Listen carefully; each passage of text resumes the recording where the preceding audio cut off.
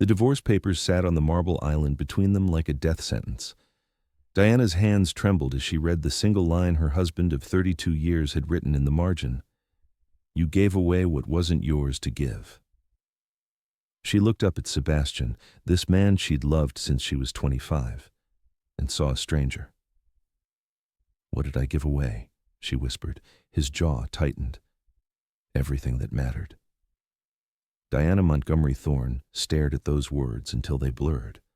The morning sun streaming through the floor-to-ceiling windows of their penthouse kitchen felt obscene, too bright, too cheerful for a moment that was destroying her world. She'd found the papers on the counter when she came down for coffee, arranged with the precision Sebastian brought to everything: legal documents, a pen, a sticky note that read simply, "Please sign. 32 years, reduced to please sign." Her fingers traced the embossed letterhead of Sebastian's attorney, Marcus Whitfield, the same lawyer who'd handled their estate planning, who'd toasted at their anniversary parties, who'd bounced their son on his knee when Marcus was small. Now he was drafting papers to dissolve their marriage. Diana's phone buzzed, a text from her son. "Mom, call me when you can." Dad's not answering. She couldn't call Marcus, not yet, not when she didn't understand what was happening. The note in the margin haunted her. "You gave away what wasn't yours to give." What had she given away? Diana set down her coffee cup. Her hands were shaking too badly to hold it, and forced herself to think. 3 months ago, everything had been fine. Better than fine. She and Sebastian had just returned from their summer in the south of France. They'd celebrated Marcus's engagement to Claire. They'd been planning a Christmas trip to Aspen. And then Catherine had died. Sebastian's sister, Diana's friend. The woman who'd welcomed Diana into the Thorne family when no one else would, who'd held Diana's hand at her wedding and whispered, "You're the best thing that ever happened to him." Catherine's funeral had been 6 months ago. A quiet, elegant service that Catherine herself had planned. No fuss, she'd insisted, just family and close friends, wine and stories, a celebration of her 60 years instead of a mourning of them. The cancer had taken her quickly. A blessing, the doctor said, though Diana couldn't see any blessing in watching someone so vibrant fade to nothing in 8 months. Sebastian had been different after, quieter, more withdrawn. But Diana had understood. Grief did strange things to people, and Catherine had been Sebastian's only sibling, his baby sister whom he'd practically raised after their parents died in a car accident when he was 19 and she was 16. Diana had given him space. She'd been gentle, patient. She'd held him when he let her and stood by when he needed solitude. But 3 months ago, something had shifted. Diana closed her eyes, forcing herself. Back to that day. Late August. She'd been in Sebastian's study, sorting through the boxes of Catherine's personal effects that had been delivered from her apartment.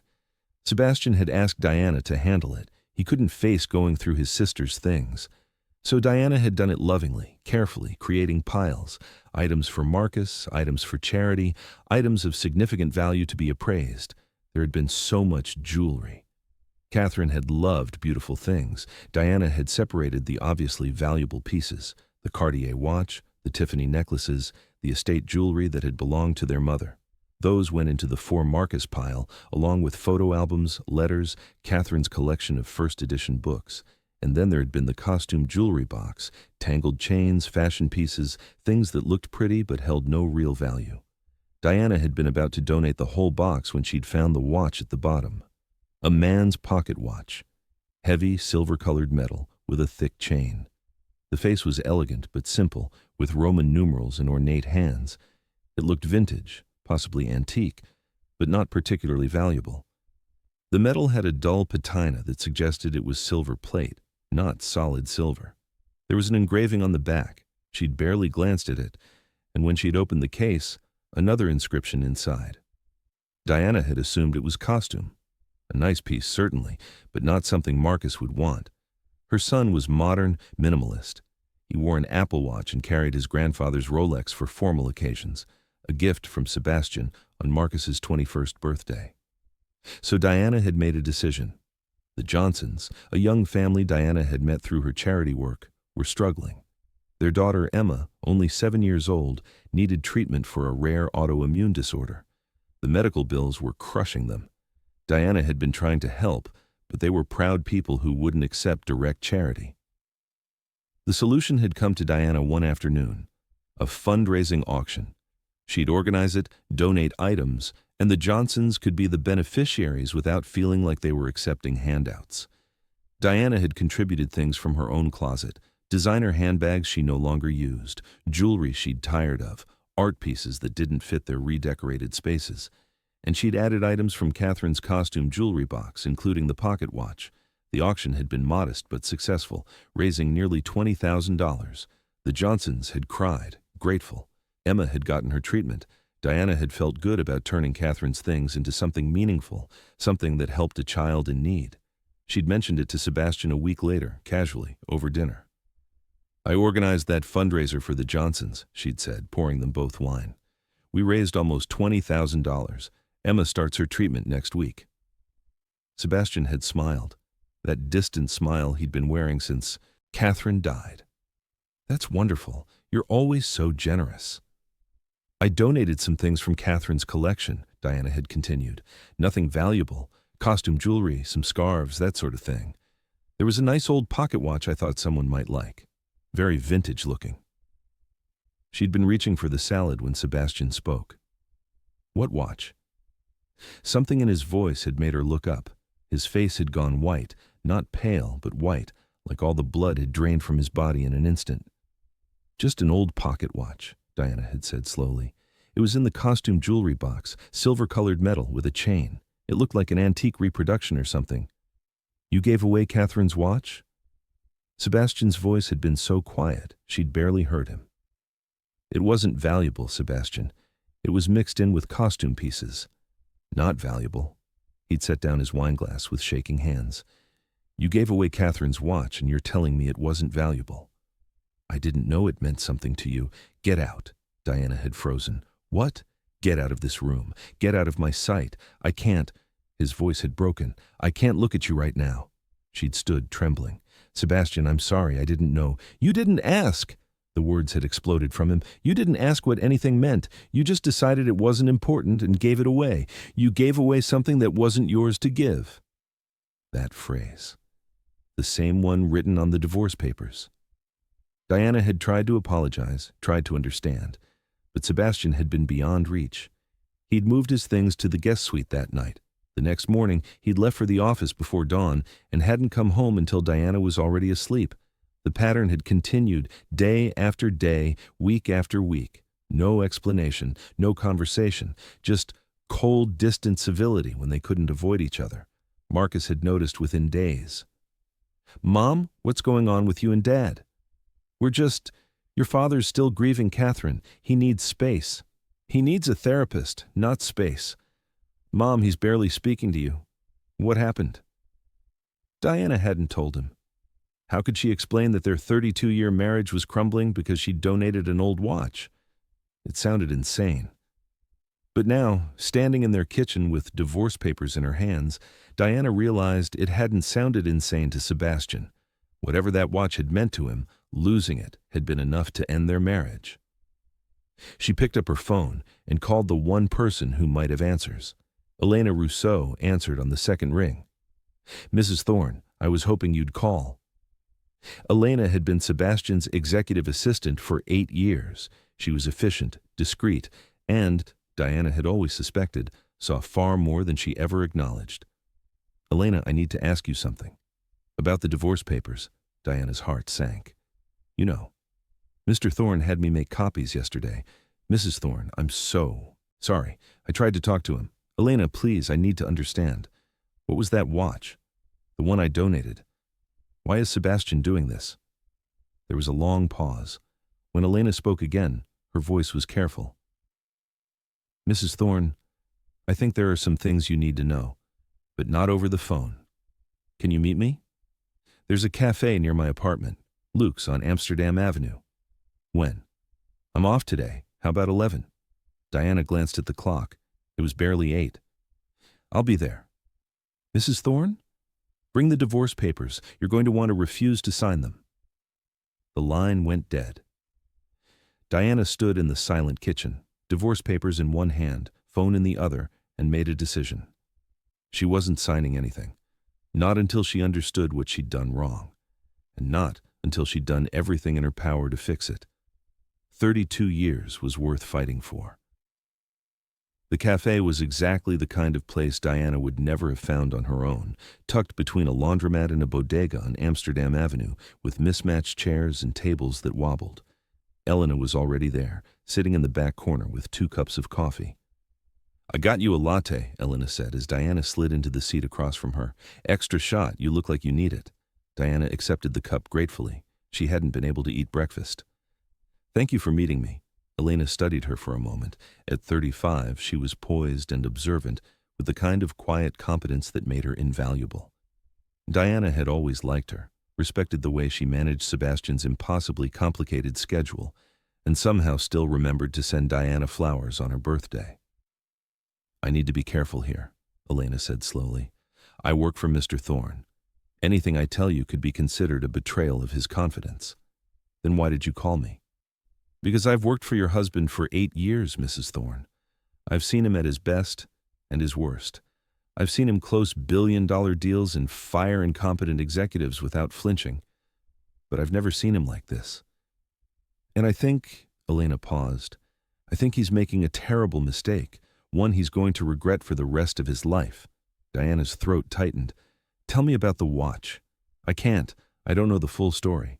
But I can tell you what I've observed." Elena pulled out her phone, scrolled through something, then turned it toward Diana. "This is Mr. Thorne's calendar from the last 3 months. Diana scanned the screen.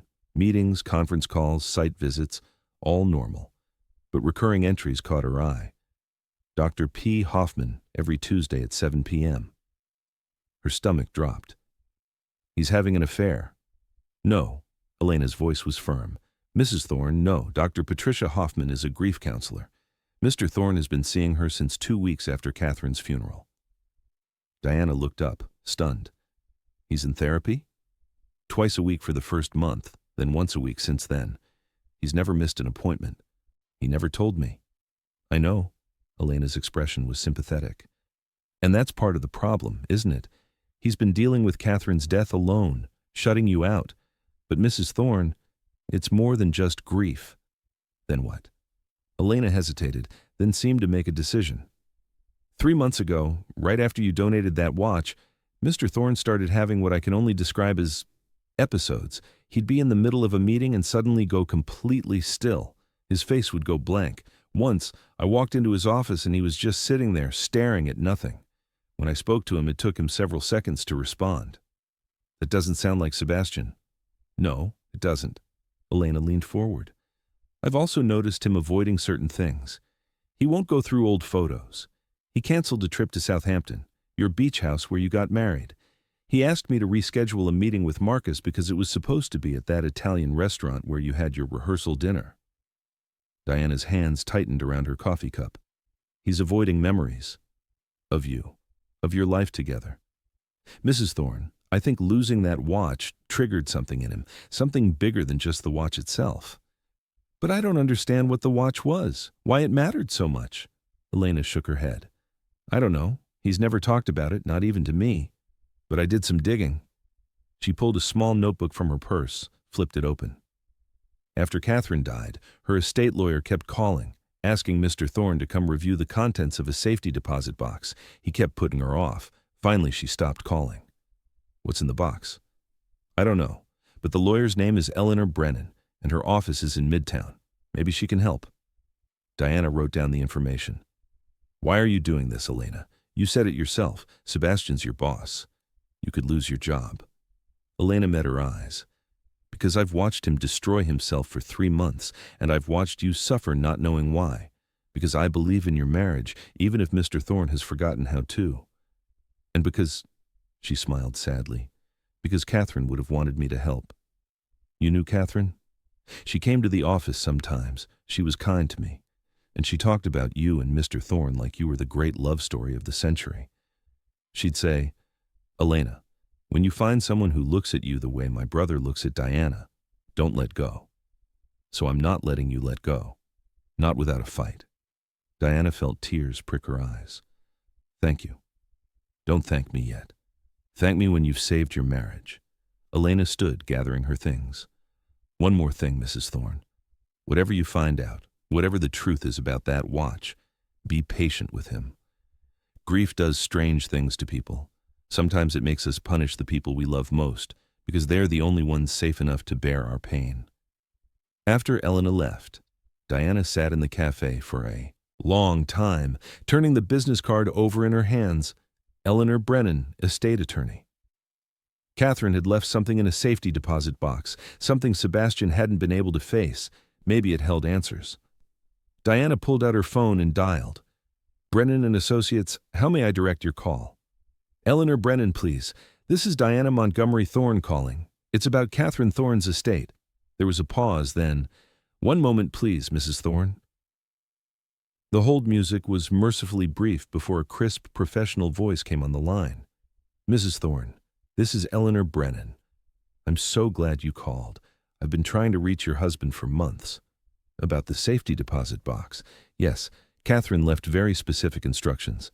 She wanted both Sebastian and you to be present when it was opened, but Mr. Thorne has been unresponsive to my messages. Diana's heart raced. I'm named in the instructions. You are. Catherine was quite clear. She said if anything happened to her, you and Sebastian were to review the box's contents together. She said, and I'm quoting here, they'll need what's inside even if they don't know it yet. Can I come alone? If Sebastian won't come? Another pause. According to Catherine's will, either of you can access the box independently if the other is unable or unwilling. Would you like to make an appointment? Yes, as soon as possible. I have an opening tomorrow at 2 p.m. The bank is Chase on Park Avenue, the main branch. I'll meet you there. Diana hung up and stared at her phone. Catherine had known they'd need what was in that box. Had she known about the watch? About what would happen? There was only one way to find out. Diana stood, left money on the table for the coffee, and walked out into the bright morning. She had 24 hours until her appointment with Eleanor Brennan. 24 hours to prepare herself for whatever truth Catherine had left behind. But first, she needed to talk to her son. Marcus met her at their favorite place, the small park near his apartment in Brooklyn, where they used to bring him to play when he was young. He was sitting on their bench when she arrived, and the sight of him made Diana's heart clench. He looked so much like his father. The same strong jaw, the same intense eyes. Though Marcus's were warmer, kinder, inherited from Diana's side of the family. His skin was a beautiful blend of both his parents, his features a perfect harmony that had always made strangers stop and stare. Mom. Marcus stood, pulled her into a tight hug. What's going on? I've been worried sick. Diana held him for a long moment before pulling back. Let's sit. They sat on the bench, and Diana handed him the divorce papers. Marcus's face went through a series of expressions: confusion, shock, anger, disbelief. He can't be serious. He had them drawn up 3 weeks ago, left them for me this morning. But why? You guys were fine. I mean, Dad's been weird since Aunt Catherine died. But divorce? This doesn't make sense. Diana took a breath. Do you remember about 3 months ago I organized that fundraiser for Emma Johnson? The little girl with the autoimmune thing? Yeah, you raised a bunch of money. I donated some items from Aunt Catherine's estate, costume jewelry mostly, and a pocket watch. Marcus frowned. Okay? Your father, Marcus, when I told him about the watch, he lost it. Completely. That's when everything changed. He moved to the guest room, stopped talking to me. And now this. She gestured to the divorce papers. Over a watch? Mom, that's insane.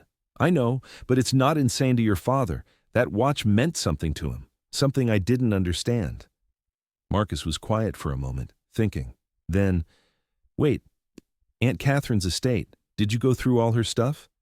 Most of it. I saved the valuable items for you, jewelry, books, photo albums. The watch was mixed in with costume pieces. I thought it was just, Mom, Aunt Catherine didn't own costume jewelry. Diana stared at him. What? Aunt Catherine only wore real things. She used to joke about it. Said life was too short for fake anything. Even her casual stuff was good quality. If there was a watch in her things, it wasn't costume. Diana's stomach sank. Oh, God. Where is it now? The watch? I don't know. It sold at the auction. I didn't keep track. Diana stopped. Wait. The auction house keeps records. They have to for tax purposes. Marcus was already pulling out his phone. What was the auction house called? Heritage Collections. It's a small place in Chelsea. Marcus's fingers flew over his screen. I'm calling them now. Diana watched her son work, grateful for his presence, his support. Marcus had always been their bridge, the best of both of them combined. When tensions rose between Diana and Sebastian over the years, Marcus had been the one to smooth things over, to remind them why they loved each other. Now he was trying to save their marriage by tracking down a watch neither of them had thought to value. Hi, yes, I'm calling about an auction you held 3 months ago, a charity event for the Johnson family. Marcus's voice shifted into his professional tone, confident, charming. Yes, my mother organized it. Diana Montgomery Thorne. Right. I need information about one of the items that sold. A pocket watch. Yes, I understand donor privacy, but this is urgent. My mother donated the watch by mistake, and we need to try to buy it back. You can't give me the buyer's information? Okay, I understand. Can you at least tell me what it sold for? Marcus's expression changed. His eyes widened. How much? His voice had gone sharp. Are you sure? For a pocket watch? I see. Thank you. He ended the call and looked at Diana with something like shock. Mom, it sold for $150. That's not too bad. I can buy it back. No, you don't understand. Heritage Collections specializes in fine antiques and estate jewelry. The woman I just spoke to remembered the watch specifically. She said it was the deal of the century. A collector snapped it up within the first 10 minutes of bidding. Why? What was special about it? Marcus rubbed his face. She wouldn't say much, client confidentiality and all that. But she did tell me this. The buyer's name is Richard Ross. He's apparently a serious watch collector, and she said the watch was worth significantly more than $150. How much more? She wouldn't say. But Mom, if a professional auctioneer remembered it 3 months later and a serious collector bought it immediately, we're not talking about costume jewelry. Diana felt sick. I gave away something valuable, something irreplaceable, and Sebastian should have told you what it was, Marcus interrupted firmly. Mom, you can't read minds. If Dad had something precious of Aunt Catherine's, he should have told you. He should have gone through her things himself. This isn't your fault. He asked me to do it. He said he couldn't face it. Then he can't blame you for not knowing what to keep and what to donate. Marcus took her hand. But we're going to fix this. I'm going to find Richard Ross and get that watch back. How? Marcus grinned, that confident smile that had gotten him out of trouble his whole life. Mom, I'm an architect. I work with interior designers who work with estate sale dealers who work with collectors. Everyone in the luxury market knows everyone. Give me a couple of days. I'll find him. Diana squeezed his hand. Thank you. But Marcus, there's something else. She told him about her meeting with Elena, about the grief counselor, about Sebastian's episodes and his avoidance of anything connected to their history together. Marcus listened, his expression growing darker. He's been seeing a therapist and didn't tell you. To be fair, I'm not sure he's told anyone. Elena only knows because she manages his calendar. That's not fair. That's secretive. Mom, you're his wife. You've been together 32 years. You don't shut out your partner like this. He's grieving.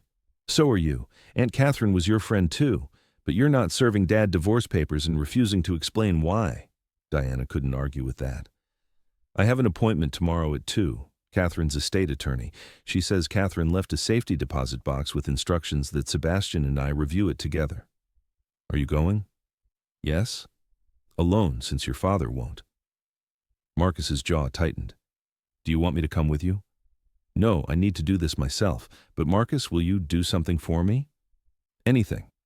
Talk to your father. Not about me, not about the watch. Just talk to him. Check on him. He's your dad, and he's hurting. Whatever he's feeling about me, he shouldn't lose you too. Marcus looked at her with something like awe. Mom, you're trying to save your marriage, while making sure Dad stays close to his son. You know that's incredibly generous considering he's literally trying to divorce you, right? He's your father, and he's my husband. Even if he's forgotten that right now, I haven't. Marcus pulled her into another hug. I'm going to fix this. I promise. We're going to get that watch back, figure out what Aunt Catherine left you, and remind Dad why he fell in love with you in the first place." Diana held her son and hoped he was right, but part of her wondered if some things, once broken, couldn't be fixed. That evening, Diana stood in the doorway of Sebastian's study and watched her husband work. He sat at his desk, illuminated by the single lamp he preferred for late-night work, reading glasses perched on his nose as he reviewed documents.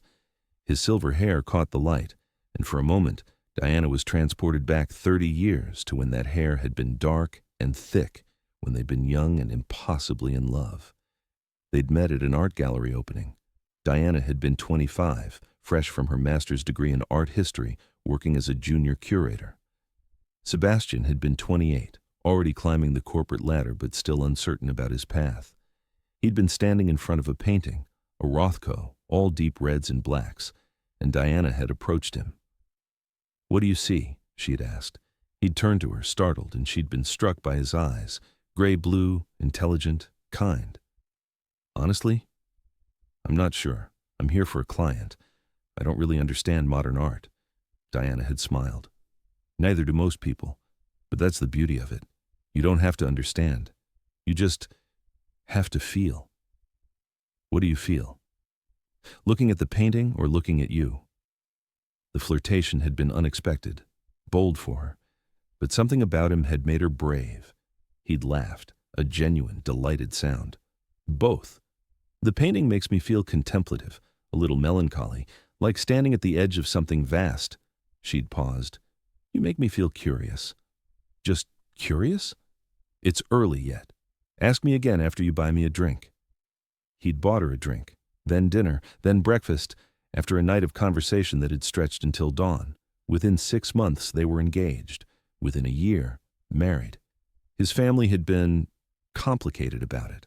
The Thorns were old money, Connecticut society, the kind of people who appeared in the social pages and summered in Martha's Vineyard. Diana was from a middle-class black family in Philadelphia. Her father a teacher, her mother a nurse. She'd gotten her master's on scholarship. She had no social connections, no trust fund, no pedigree. Sebastian's parents had been coolly polite. His extended family had ranged from openly hostile to icily dismissive. Only Catherine had welcomed her with open arms. "Finally," Catherine had said at their first meeting, "someone real. Someone who loves my brother for who he is, not what he's worth." Catherine had been Diana's ally, her friend, her sister in all the ways that mattered. When Diana and Sebastian's wedding had been small, not because they wanted it that way, but because Sebastian's family had refused to contribute or participate beyond the bare minimum, Catherine had been there, had helped plan everything, had held Diana's hand, and told her she was gaining a sister. And on their wedding day, August 15th, at that small venue overlooking Central Park, Catherine had been the one to walk Diana down the aisle when her own father had been too ill to travel. Now Catherine was gone, and Diana's marriage was ending, and she didn't even fully understand why. "Sebastian." He looked up, surprised. They'd been avoiding each other so completely that her presence in his study was clearly unexpected. "Diana." His voice was neutral, carefully controlled. "Did you need something? I need to talk to you. If this is about the papers, I'm not signing them." Sebastian removed his glasses, set them on his desk with careful precision. "Diana, I don't want to fight about this." "Then don't fight. Explain. Help me understand what I did that was so unforgivable you want to end our marriage without even trying to work through it." "You know what you did. I gave away a watch. I understand that now. What I don't understand is why you won't tell me what that watch meant, why you won't let me try to fix this."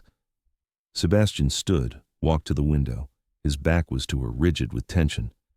"Some things can't be fixed. 32 years, Sebastian. A son. A life.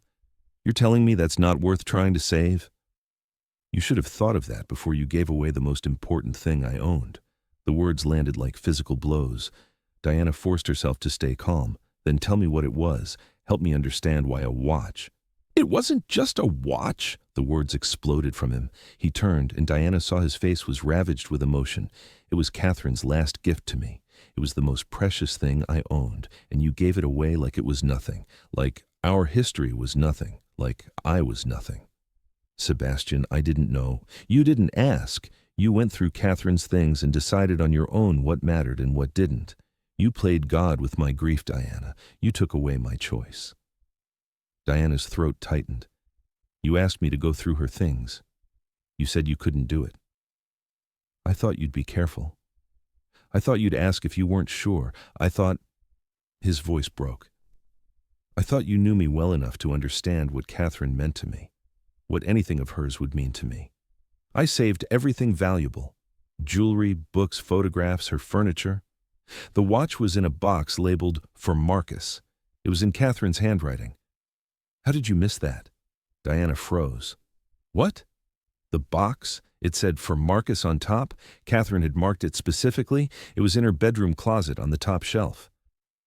Diana's mind raced back. The boxes. So many boxes.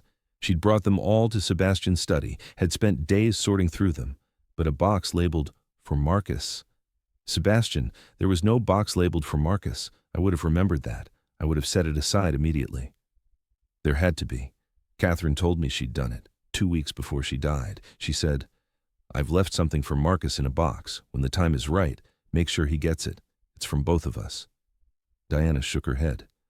The jewelry box where I found the watch was unlabeled. It was with a bunch of other containers, scarves, belts, casual accessories. There was no note, no label, nothing to indicate it was anything other than miscellaneous items. Sebastian stared at her. That's impossible. I'm telling you the truth. If there had been a box specifically labeled for Marcus, I would have given it directly to our son. I wouldn't have gone through it. For a long moment they stood there, the implications settling between them. Then where did the label go? Sebastian's voice was quieter now, uncertain. I don't know. Maybe it fell off during the move from Catherine's apartment. Maybe the delivery people mixed things up. Sebastian, I don't know. But I'm telling you the truth. I had no idea that watch was meant for Marcus. I had no idea it meant anything to you. Sebastian turned back to the window. It doesn't matter now. It's gone. It might not be. Marcus is tracking down the buyer, a collector named Richard Ross. Marcus thinks he can find him, convince him to sell it back.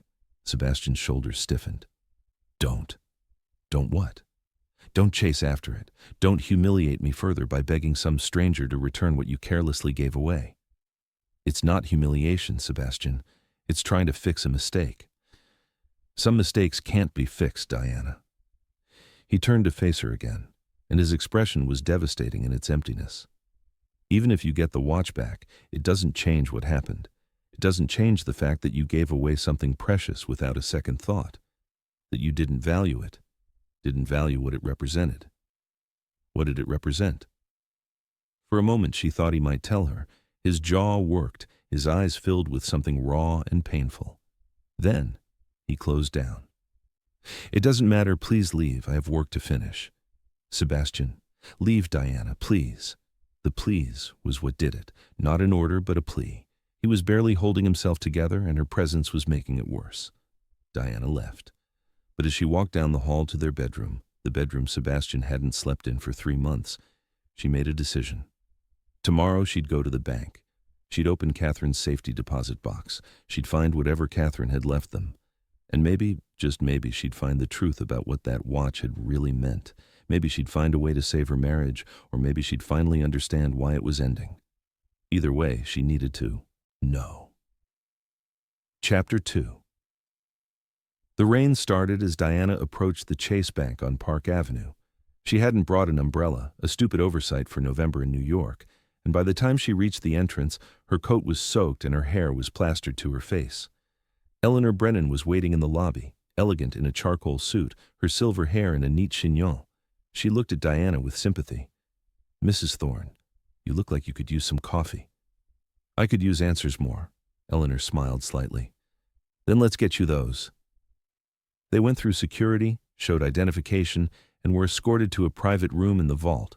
A bank employee brought the safety deposit box, larger than Diana expected, and set it on the table before discreetly leaving. Eleanor sat across from Diana. "Before you open it, I need to tell you something. Catherine came to see me 6 times in the last 2 months of her life. She was very specific about her wishes. This box, what's inside, she said it was insurance. Insurance against what? Against you and Sebastian forgetting who you are to each other. Eleanor leaned forward.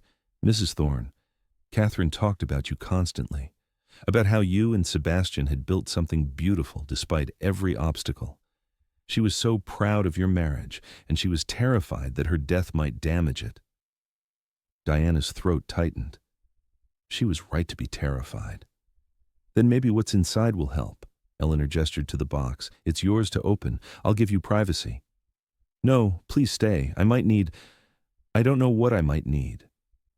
Eleanor nodded and settled back in her chair. Diana took a breath and opened the box.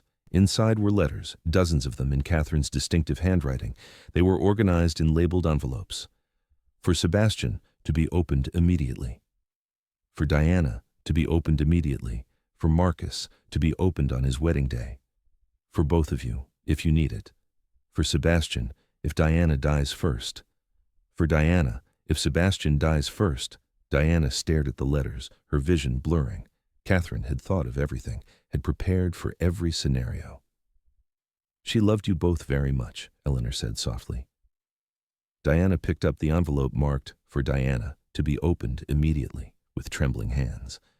The envelope was thick, the letter inside multiple pages. Would you like me to leave? Eleanor asked. No, stay, please. Diana opened the envelope and began to read.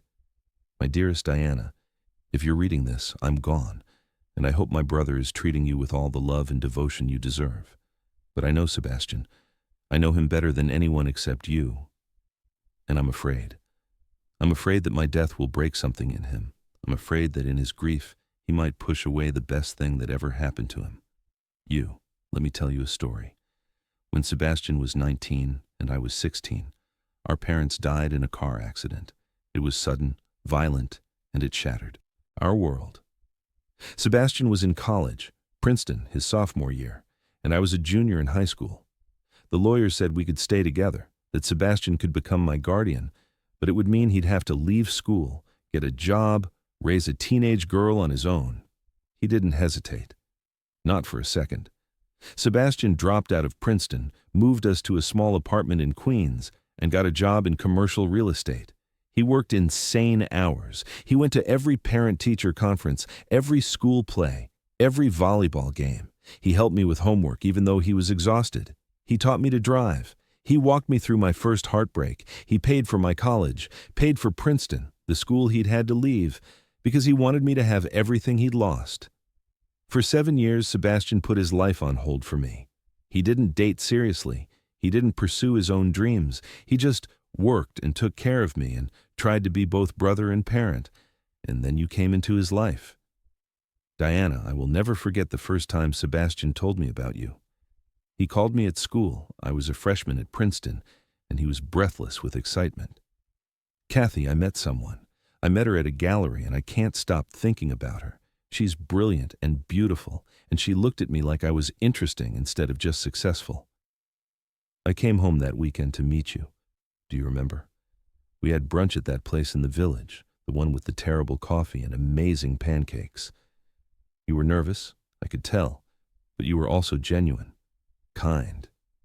And the way you looked at my brother, Diana, you looked at him with wonder, like he'd hung the moon, and I thought, finally someone who sees him the way I do, someone who understands what an extraordinary man he is. Our family didn't make it easy for you. I know that. The Thornes are, well, they're not always kind to outsiders, especially outsiders who don't fit their narrow definition of acceptable. The fact that you're black, that you came from a different background, that you didn't have money or connections, it made them cruel. I'm ashamed of them for that. I was ashamed then, and I'm still ashamed now, even in death. But you never let their cruelty touch you. You held your head high. You loved Sebastian without apology. And slowly, you won them over, not because you tried to fit their mold, but because you refused to. You showed them that love doesn't care about bloodlines or bank accounts.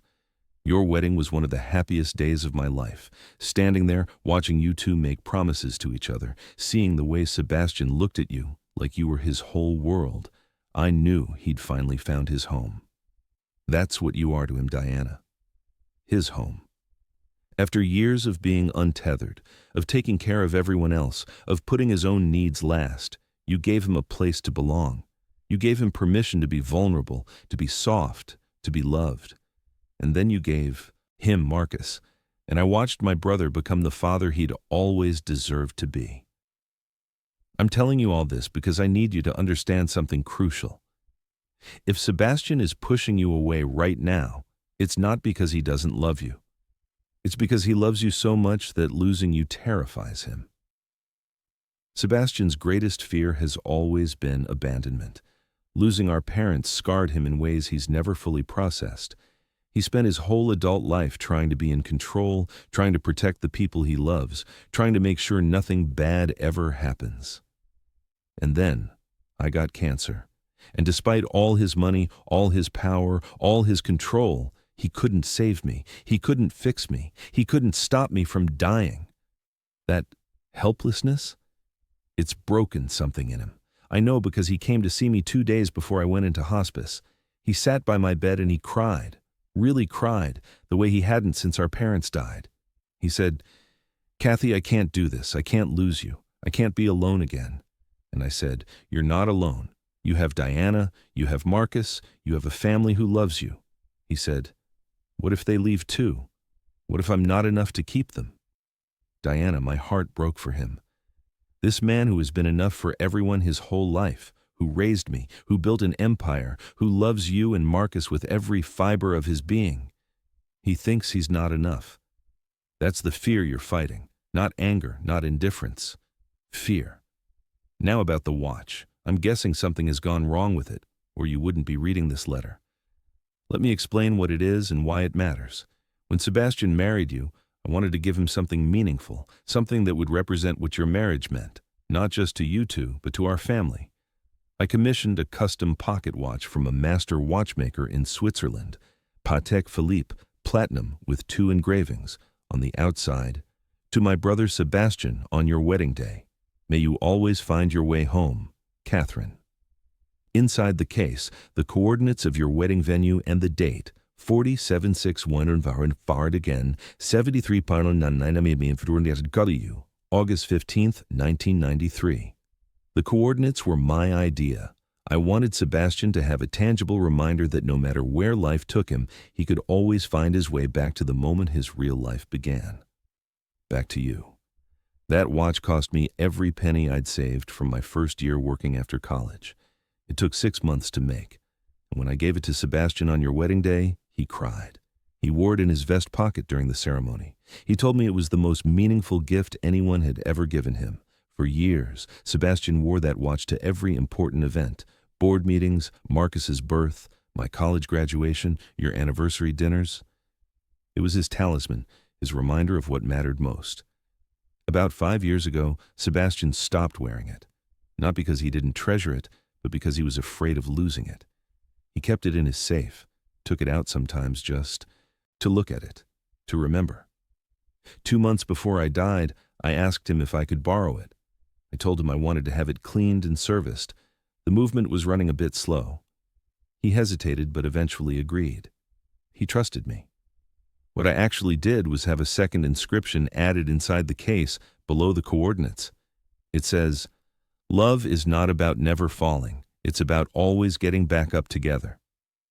I added that inscription because I knew I was dying, and I knew Sebastian would struggle.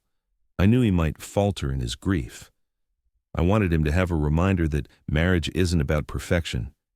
It's about persistence. It's about choosing each other, even when it's hard. I put the watch in a box marked, "For Marcus," from Aunt Catherine, because I wanted it to go to your son eventually. Not immediately, but someday. I thought maybe Sebastian could give it to Marcus on his wedding day, could pass down this symbol of enduring love. But Diana, if something has happened to the watch, if it's been lost or given away or damaged, please don't blame yourself. And please don't let Sebastian blame you. It's just an object. A beautiful, meaningful object. Yes, but just an object. What matters is what it represented. Your love. And that love doesn't live in a watch. It lives in 32 years of choosing each other. It lives in the son you raised together. It lives in every morning you've woken up side by side, every crisis you've weathered, every joy you've shared. If Sebastian is angry about the watch, he's not really angry about the watch. He's angry that I'm gone. He's angry that he's grieving. He's angry that life is fragile and love is scary and we can't control any of it. Be patient with him, but also don't let him destroy what you've built. Fight for your marriage, Diana. Fight for him, even if he's forgotten how to fight for himself. You are the love of his life. Don't let grief make him forget that. With all my love and gratitude for loving my brother the way he deserves, Catherine P.S. There's another letter in this box marked, for both of you, if you need it. Open it together. It might help. Diana set down the letter with shaking hands. Tears were streaming down her face, and she made no effort to stop them. Mrs. Thorne, Eleanor's voice was gentle. She knew, Diana whispered. Catherine knew something might happen with the watch. She knew Sebastian might. Her voice broke. She was trying to protect us. Even dying, she was trying to protect our marriage. Eleanor pushed a box of tissues across the table. Catherine was remarkable. She came to those meetings already so weak, already in so much pain. But she insisted on getting everything exactly right. She said, "They're going to need this. Promise me it'll be here when they need it." Diana wiped her eyes and looked back at the box. The letter marked, "For both of you, if you need it," sat there, waiting. "I need to get Sebastian here," Diana said. "He needs to read. His letter. We need to open that last one together." "Do you think he'll come?" Diana thought about her husband, stubborn, grieving, shutting her out. Then she thought about Catherine's words. "Fight for your marriage, Diana. Fight for him, even if he's forgotten how to fight for himself." "He'll come," Diana said with more confidence than she felt. "Even if I have to drag him here myself." Eleanor smiled. "That's the spirit. I'll keep the box here. Come back whenever you're ready." Together. Diana gathered Catherine's letter, carefully folded it, and slipped it into her purse. Then she stood, squaring her shoulders. "Thank you, Eleanor, for everything. Thank you for not giving up. Catherine would be proud of you." Diana left the bank, stepped out into the rain, still falling cold and relentless, and pulled out her phone. She had calls to make. First to Marcus to tell him to stop looking for Richard Ross. She'd handle the watch situation herself. Second to Elena to find out when Sebastian would be home. And third, the hardest call, to Sebastian himself. Because Catherine was right. The watch was just an object. What mattered was the love it represented. And Diana wasn't giving up on that love without a fight. Marcus called her before she could call him. "Mom, I found him, Richard Ross. He's agreed to meet with us tomorrow morning." Diana stopped walking, stood in the rain under the awning of a shop. "Marcus, wait. I need to tell you something." She explained about the safety deposit box, about Catherine's letter, about the watch and what it meant. Marcus was quiet for a long moment. "Aunt Catherine left that for me?" "Eventually. Your father was supposed to give it to you someday, maybe on your wedding day. And I'm going to get it back. Mom, Ross said he'd meet us at his house in Greenwich tomorrow at 10. He collects vintage watches, but when I told him the story, about you and Dad, about the misunderstanding, he said he wanted to help." "Marcus, you didn't have to." "Yes, I did. This is my family, my parents' marriage, and Aunt Catherine wanted me to have that watch. So I'm getting it back. End of discussion." Diana felt her eyes fill again. "When did you become so stubborn?" "I learned from the best, both of you." Marcus paused. "Mom, is Dad going to be okay?" "I don't know, but I'm going to try to help him be okay. We both are." "I love you, Mom." "I love you too, sweetheart. Thank you for this, for caring enough to fix it." After she hung up, Diana stood in the rain for another moment, gathering her strength. Then she called Sebastian. He answered on the fourth ring, his voice distracted. "Diana, is everything all right?" "No, everything is not all right. We need to talk tonight." "I have a late meeting." "Cancel it." "Sebastian, I'm serious. We need to talk and it can't wait." There was a long pause. Then, what is this about?" "Catherine, the watch, the truth. Your study, 8 o'clock, please." Another pause. Then, quietly, "All right." The line went dead. Diana closed her eyes, said a silent prayer to Catherine, "Help me save this, help me reach him," and headed home to prepare for the conversation that might determine the rest of her life. The storm had worsened by 8 o'clock. Thunder rolled across the city, and rain lashed the windows of their penthouse. Diana stood in the doorway of Sebastian's study, watching him pretend to work. He sat at his desk, but his eyes weren't focused on the documents in front of him. He was staring at nothing, lost in thought. Sebastian. He looked up, and for a moment, just a moment, she saw the man she'd married. Vulnerable, uncertain, afraid. Then his mask slid back into place. "You said we needed to talk." Diana crossed to the bookshelf, ran her fingers along the spines until she found what she was looking for. Their wedding album. She pulled it out, the leather cover worn from years of handling, and carried it to Sebastian's desk. "When was the last time you looked at this?" she asked, setting it down in front of him. Sebastian stared at the album like it might bite him. "Diana, I don't see how—" "Humor me, please." He hesitated, then reached for the album at the same moment she did. Their hands touched on the cover, and Diana felt it, that electric spark that had always existed between them. The recognition of skin on skin, the cellular memory of 32 years of touching, holding, loving. Sebastian felt it too. She saw his intake of breath, saw his hand freeze on the cover. Neither of them pulled away. "May I?" Diana asked softly. Sebastian nodded, but his hand stayed where it was, covering hers. Diana opened the album with her free hand, turning to the first page. There they were, impossibly young, impossibly happy. She was 25 in a simple white dress, no veil, just flowers in her hair. He was 28 in a suit from a rental shop because they couldn't afford better. They were standing under an arbor overlooking Central Park, and the joy on their faces was almost painful to see now. "Look at us," Diana whispered. "We were babies." Sebastian's thumb moved on her wrist, a small, unconscious stroke. "You were beautiful." "Were?" His eyes met hers, and there was heat in them, heat she hadn't seen in months. "Are. You are beautiful." The thunder cracked outside, and the lights flickered. In the dimness, Sebastian's face was half in shadow, and Diana could feel the warmth of his hand on hers, could smell his cologne, the same scent he'd worn for decades. "Tell me you remember," she said. "Tell me you remember this day. Us, what we promised each other."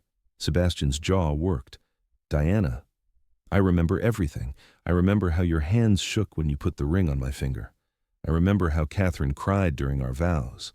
I remember that we wrote them ourselves, and you promised me you'd love me until the stars burned out." "Stop." "Why? Because it hurts? Because remembering what we had makes it harder to throw it away? Because it doesn't change what you did." The words came out raw, anguished. "It doesn't change the fact that you gave away." "I know what I gave away." Diana pulled Catherine's letter from her purse, set it on the album. "I went to the bank today. Eleanor Brennan, Catherine's safety deposit box. She left letters, Sebastian. One for me, one for you, one for us to read together." Sebastian stared at the letter like it was a ghost. "Catherine left."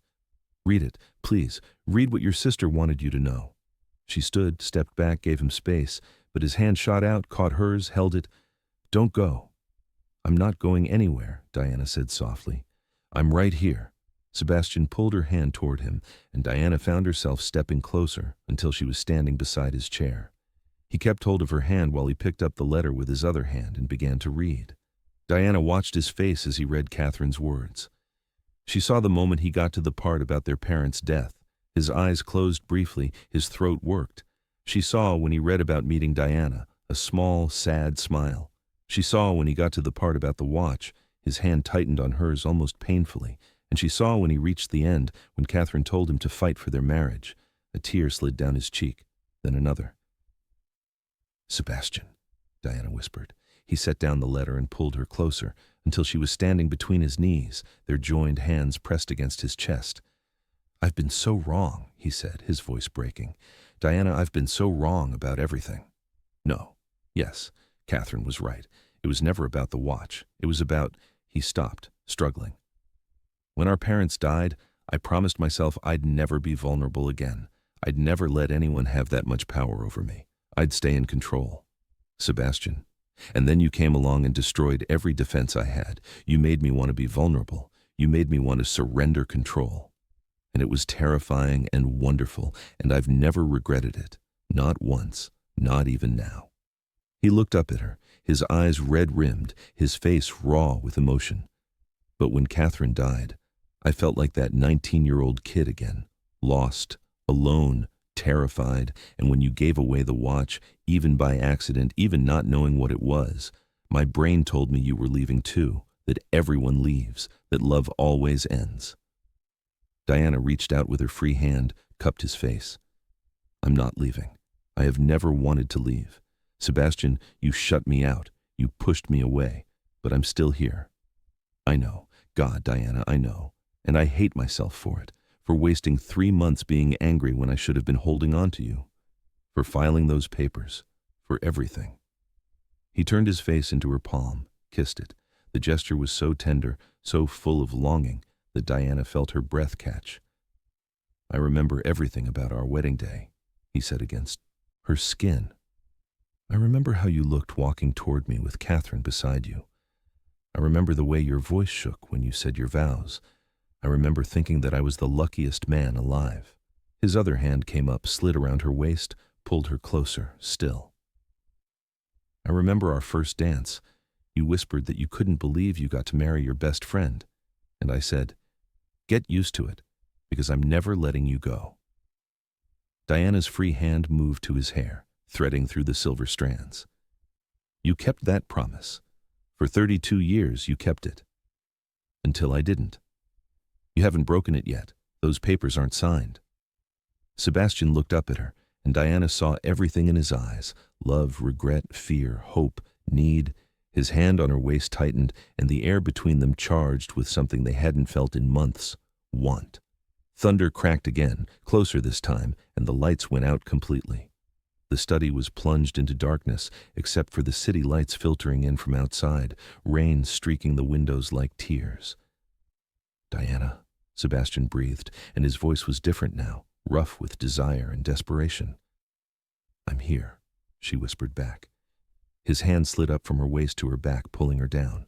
She went willingly, leaning over him, their faces inches apart in the darkness. She could feel his breath on her lips, could feel the tension in his body. I've missed you, he said. I've missed this. Us. God, Diana, I've been sleeping down the hall, and every night I've wanted to come to you, to hold you, to tell you I'm sorry. Then tell me now. I'm sorry. I'm so sorry for shutting you out, for blaming you, for not trusting that you'd never hurt me on purpose. His hand came up to her face, his thumb stroking her cheek the way he'd done 1,000 times over 3 decades. The gesture was so familiar, so achingly right, that Diana felt tears prick her eyes. I've been sleeping in our bed alone, she whispered, wearing your old t-shirts because they smell like you, waking up and reaching for you and finding emptiness. Sebastian made a sound low in his throat, pain and need combined. His fingers moved from her cheek to her jaw, then slid into her hair. I remember the first time I kissed you, he said. Outside that gallery. You were talking about art and passion, and I had to know what you tasted like. What did I taste like? Like home. Like forever. Like everything I'd ever wanted and never thought I'd find. Diana's heart hammered in her chest. She could feel Sebastian's pulse racing beneath her hand where it still rested on his chest, could feel the heat of him, the solid reality of this man she'd loved for more than half her life. Sebastian, she breathed. He leaned in, slowly, giving her time to pull away if she wanted. But Diana didn't want to pull away. She wanted this, needed to remember that beneath the anger and grief and misunderstanding, they were still them. Still Sebastian and Diana. Still in love. His lips brushed hers, feather light, questioning. Diana answered by closing the distance between them, pressing her mouth to his fully. Sebastian groaned and pulled her closer, deepening the kiss. And suddenly, they weren't two people carefully approaching each other. They were two halves of a whole, desperately trying to reconnect. Diana's hands were in his hair, on his face, gripping his shoulders. Sebastian's arms were around her, holding her like he'd never let go. And the kiss was everything. Apology and promise and remembering and need. When they finally broke apart, both breathing hard, Sebastian pressed his forehead to hers. "Come back to me," he whispered. "Please, Diana, come back to me." "I never left," she said. "I've been here the whole time, waiting for you to remember that we're worth fighting for." "We are. God, we are." Catherine was right. The watch doesn't matter. You matter. This matters. He gestured between them to the space where their bodies were still pressed together, where their hearts beat in sync. "I almost lost this because I couldn't face my own pain. I'm not making that mistake again." Diana kissed him again, softer this time, tender. "Then let's fix this, really fix it, together." Sebastian nodded, his hands coming up to frame her face. "Together. I'll call my therapist. We'll go together. We'll do whatever it takes. And tomorrow we're going to get that watch back." He pulled back slightly surprised. "What?" "Marcus tracked down the buyer, Richard Ross in Greenwich. We're going tomorrow morning to buy it back." Sebastian shook his head. "Diana, you don't have to." "Yes, I do. Not because the watch is what matters, but because I made a mistake and I want to fix it. Because that watch was Catherine's gift to you, to us, and it deserves to come home. Just like we both deserve to come home to each other." Sebastian looked at her with such love, such gratitude, that Diana felt her throat tighten. "How did I get so lucky?" he asked. "How did I get you?" "You walked into a gallery and pretended to know nothing about art," Diana said with a small smile. "And you were honest enough, vulnerable enough, to admit you didn't understand. That's how. Best decision I ever made." "Second best," Diana corrected. "The best was actually marrying me." Sebastian laughed, really laughed, for the first time in months. The sound filled the darkened study, and Diana felt something in her chest unclench. They were going to be okay. It wouldn't be easy. They had work to do, conversations to have, hurt to heal. But they were going to be okay. Because they were Sebastian and Diana. They were 32 years of love and partnership and choosing each other. They were the coordinates on that watch, the fixed point that marked where their life together began. And they were going to find their way home. Chapter 3. The next morning dawned clear and cold, the storm having passed in the night.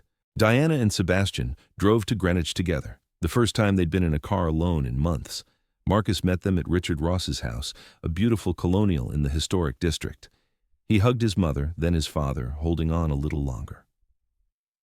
"You okay, Dad?" Marcus asked quietly. Sebastian nodded. "I'm getting there, thanks to your mother, and thanks to you for doing this." "Family takes care of family," Marcus said simply. "That's what you taught me." Richard Ross answered the door himself, a distinguished man in his early 70s with kind eyes and a warm smile. "Mr. and Mrs. Thorne, and you must be Marcus. Please, come in." He led them to a sitting room that was clearly dedicated to his collection. Glass cases lined the walls, filled with watches of every variety, but Diana's eyes were drawn to one case in particular. There, on a velvet cushion, was the watch. She'd barely looked at it when she'd donated it. Now she saw it clearly. Platinum case catching the light, ornate hands, Roman numerals on the face. The chain was thick and substantial, and the engraving on the back was visible even from across the room. Sebastian saw it too. He stopped walking, his breath catching. "That's it," he whispered. Richard nodded. "It is. Please sit. Can I offer you tea? Coffee?" They declined, and Richard settled into a chair across from them. "Your son told me the story," Richard said, looking at Diana and Sebastian, "about the misunderstanding, about Catherine, about what this watch means. I'm a collector, yes, but I'm not heartless. This watch belongs with your family." "Mr. Ross, that's incredibly generous," Diana started. Richard held up a hand. "Please, let me finish. I've been collecting watches for 40 years. I have pieces worth hundreds of thousands of dollars. But this?" He gestured to the watch. "This is different. When I bought it at that auction, I knew immediately it was special. The craftsmanship, yes. But more than that, the engravings, the care that went into creating it. This is a watch made with love." He stood, walked to the case, and carefully removed the watch. He carried it back to them, handling it with reverence. "Before I give this back to you, I want to show you something. May I?" Sebastian nodded, not trusting his voice. Richard opened the case, revealing the inside. Diana leaned forward and saw the coordinates she now knew by heart, but there was something else, another line of engraving below them in slightly different script. Love is not about never falling. It's about always getting back up together. Diana's hand flew to her mouth. That wasn't there before. Catherine had it added, Sebastian said quietly. She told me she was having the watch serviced. She must have added that inscription then, Richard smiled. It's beautiful, and it's true. I've been married to my wife for 48 years. We've had our share of falls, but we've always gotten back up together. He handed the watch to Sebastian. This is yours. It always was. I'm honored I got to be its keeper for a short time, but it's time for it to come home. Sebastian took the watch with trembling hands. Mr. Ross, at least let me pay you what I paid $150. That's what you'll pay me. But it's worth, I know what it's worth. In monetary terms, it's probably worth $250,000. But in real terms? Richard looked at Diana and Sebastian, at the way they sat close together, hands almost touching. In real terms, it's worth a marriage, a family, a lifetime of love. That's not something you can put a price on. Marcus pulled out his wallet, but Diana stopped him. She opened her purse and withdrew a small envelope. Inside was a check she'd written this morning. $150. Thank you, she said, handing it to Richard, for understanding, for caring, for being the kind of person who values love over profit. Richard took the check with a smile. I'll frame this, a reminder that sometimes the best deals aren't about getting the highest price. As they prepared to leave, Richard walked them to the door. Mr. Thorne, he said, if I may offer some advice? Sebastian turned. I lost my first wife to cancer 30 years ago. The grief nearly destroyed me. I shut out everyone who loved me, including my children. It took me years to find my way back. Don't take years. Don't waste time punishing yourself or the people who love you. Catherine wouldn't want that. Sebastian's eyes filled. Thank you. You're right. She wouldn't.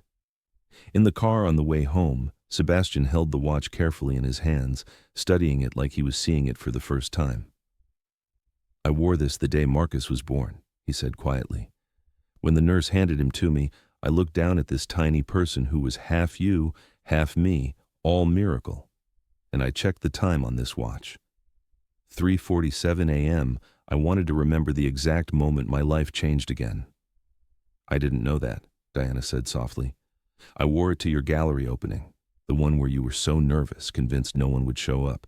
I looked at this watch every 5 minutes, watching for you to arrive so I could see your face when you saw how packed the room was. Marcus, driving, glanced at them in the rearview mirror. Dad, I never knew the watch meant all that. That's my fault. I kept it private, kept the meaning to myself. I thought, Sebastian paused. I thought if I kept it close, kept it secret, I could protect it, protect the memories, but all I did was make it so no one understood what they meant to me. That changes now, Diana said. No more secrets, no more shutting each other out. Sebastian reached for her hand. No more secrets. That afternoon, they sat together in Eleanor Brennan's office, the safety deposit box open on the table between them. I read Catherine's letter to me, Sebastian said, his voice rough. And Diana read hers. Now we need to read the one meant for both of us. Eleanor slid the envelope marked, for both of you, if you need it, across the table. Diana and Sebastian opened it together, their hands overlapping on the paper as they unfolded it. My dearest Sebastian and Diana, if you're reading this together, then something has gone wrong. You've fought. You've hurt each other. Maybe you've even talked about ending your marriage. Stop. Breathe. Remember, I'm going to tell you a story you've never heard, about a night 6 months before I died, when I was still healthy enough to pretend I had more time. I came to visit you at the penthouse. You two didn't know I was coming. I used the key you'd given me for emergencies. It was late, maybe 11 o'clock, and I expected you'd be asleep. But you weren't. I heard music coming from the living room. That jazz you both love, Diana, the kind with the deep bass and the smoky vocals. I almost left, not wanting to interrupt, but something made me stay. I looked through the doorway and saw you two dancing. Not fancy dancing, not performance, just swaying together in the dark, holding each other like you were the only two people in the world. Sebastian, your face was buried in Diana's hair. Diana, your arms were wrapped around Sebastian's waist, and you were humming along to the music. And then, Sebastian, you said something. You pulled back just enough to look at Diana, and you said, "Do you know how much I love you?" Diana, you smiled, that smile that lights up your whole face, and said, "Tell me anyway." So, Sebastian, you did. You said, "I love you like breathing, like gravity, like the earth loves the sun. I love you in ways I don't have words for. You're my home, Diana, my heart, my everything." And Diana, you cupped Sebastian's face in your hands and said, "Then come home to me. Every day for the rest of our lives, come home to me." Sebastian, you kissed her, and then you kept dancing, holding each other like you'd never let go. I left without you ever knowing I was there. I walked back to my apartment and I cried. Not sad tears, but grateful ones. Grateful that my brother had found this kind of love, this kind of partnership, this kind of home. I'm telling you this story now because I need you to remember that night. I need you to remember what you are to each other when no one's watching. When there's no performance, no pretense, just two people who chose each other and keep choosing each other every single day. Whatever you're fighting about, it's not worth losing that. Whatever hurt you're carrying, it's not bigger than your love. Whatever grief or fear or anger is trying to break you apart, don't let it win. Because here's what I know. Love like yours doesn't come along often. Most people spend their whole lives searching for what you two have, and you've had it for decades. You've weathered storms, you've raised a son, you've built a life. Don't throw that away because you're both hurting too much to see clearly. Sebastian, I know you. I know you're afraid of being left, of being alone again. But you're not alone. You have a wife who loves you more than anything, a son who adores you, a family that needs you whole, not broken. Stop punishing Diana for the fact that life is fragile. Stop punishing yourself for being human. Diana, I know you too. I know you're patient and kind, and you'll forgive him for almost anything, but don't forgive him so quickly that he doesn't learn. Make him work for this. Make him prove he understands what he almost lost. Make him show up for you the way you've always shown up for him. Both of you. Talk. Really talk. Not about logistics or schedules or safe topics. Talk about fear, about pain, about what you need from each other, about what you're too scared to say out loud. Go back to therapy if you need to. Take a trip somewhere meaningful. Lock yourselves in a room and don't come out until you've remembered why you fell in love in the first place. Do whatever it takes. Because I'm not there anymore to fix things when you fight. I'm not there to remind you what you mean to each other. You have to do that yourselves now. But I believe in you. I've always believed in you. You're Sebastian and Diana. You're the love story I told everyone about. You're the proof that love can cross any divide, overcome any obstacle, survive any storm. Don't let my death be the storm that sinks you. Let it be the storm that reminds you how strong your foundation is. I love you both. I'm proud of you both. And I'm counting on you to remember that some things are worth fighting for. Your marriage is one of them. With all my love, Catherine P.S. There's one more thing in this box, a photo album. Inside are pictures I took of you two over the years, candid moments when you didn't know I was watching. Look at them. Remember who you are when you're just yourselves. Remember what you're fighting for. Sebastian's hands were shaking so badly Diana had to help him hold the letter. Tears ran freely down both their faces. She saw us, Diana whispered. That night. We were celebrating. I don't even remember what, just being together, I think. We do that, Sebastian said, did that. Used to dance in the dark just because we could, because we wanted to be close. We can do it again. Sebastian looked at her. We will do it again. Diana, I promise you, we'll do all of it again. The dancing, the late-night talks, the lazy Sundays. All of it. Eleanor, who'd been quietly crying in the corner, spoke up. There's one more thing in the box. She reached in and pulled out a photo album, leather-bound, elegant, with Sebastian and Diana the unposed moments, written on the cover in Catherine's handwriting. Diana and Sebastian opened it together. The first photo took Diana's breath away. It was from their wedding day, but not one of the formal shots. This was a candid moment, probably taken when they thought no one was looking. Sebastian was adjusting Diana's necklace, and she was looking up at him with such trust, such love, that even now, 32 years later, the emotion was palpable. They turned the pages slowly. There they were at Marcus's first birthday, exhausted and happy, leaning against each other while their son destroyed a cake. There they were at Diana's gallery opening, Sebastian's hand on the small of her back, looking at her instead of the art. There they were on a beach vacation, walking away from the camera, holding hands, their footprints in the sand behind them, page after page of moments, tiny fragments of their life together, proof of their love in 1,000 small ways. She documented us, Sebastian said with wonder. All these years, Catherine was documenting us. The last page had a photo from just a year ago, Diana and Sebastian at Catherine's house for Christmas. They were in the kitchen, making dinner together, and Sebastian was making Diana laugh about something. Diana's head was thrown back, her hand on Sebastian's arm, and Sebastian was looking at her like she'd hung the stars. Below the photo, Catherine had written, "This is who you are. Never forget." Diana closed the album and looked at Sebastian. Really looked at him, this man she'd married at 25. This man who'd given her a son, a life, 3 decades of love. This man who'd almost let grief drive them apart. "I don't want to forget," she said. "Not ever. Not any of it." "Neither do I." Sebastian stood, pulled her to her feet. "Come on." "Where are we going?" "Home. To talk. To really talk. To figure out how we're going to do this, how we're going to heal and move forward and honor Catherine's faith in us." Diana let him lead her from the office, the album tucked under her arm, the watch in Sebastian's pocket. As they walked to the car, Sebastian stopped suddenly and turned to face her. "I'm going to spend the rest of my life making this up to you," he said.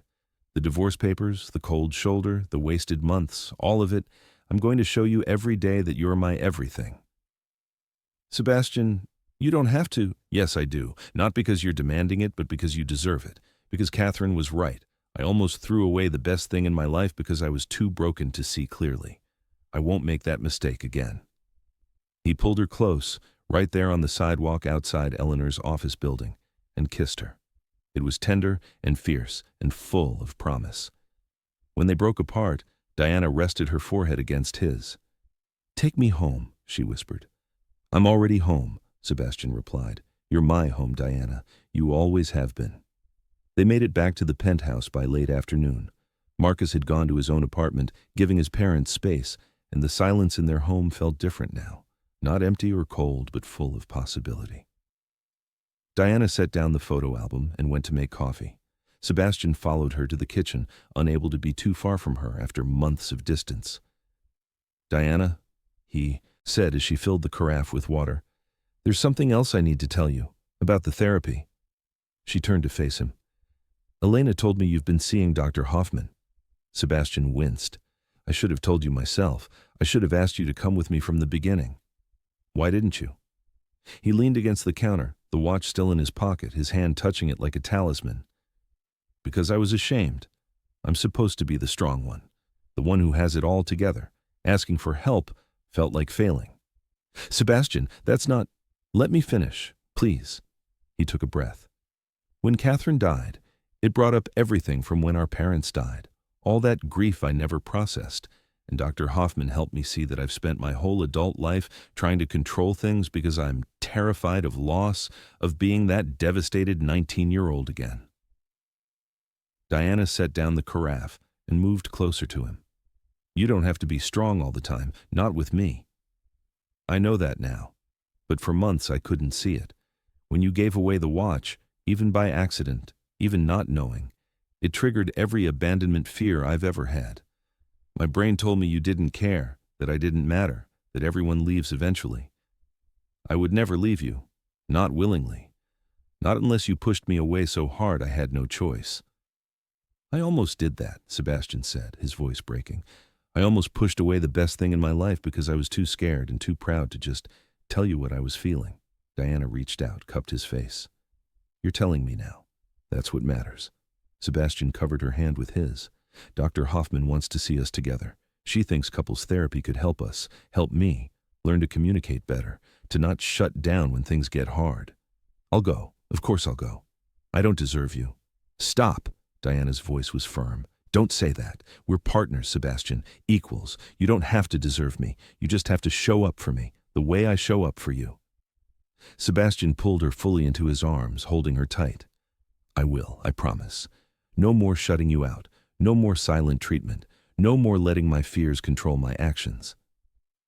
They stood like that for a long moment, just holding each other.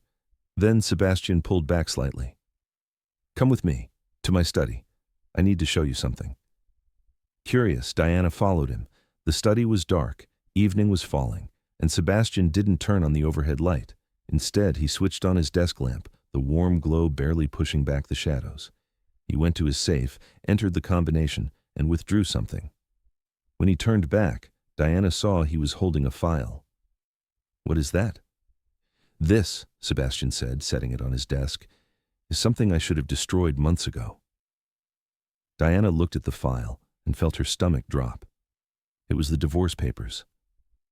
Sebastian opened the file, took out the documents, and methodically began tearing them to pieces. The sound of ripping paper filled the quiet study. I was a fool, he said as he tore, an absolute fool to think my life would be better without you in it, to think I could survive losing you. Sebastian, I filed these papers in anger and grief and fear. But Diana, even signing them, even having them drawn up, some part of me knew I'd never go through with it, because a life without you isn't a life at all.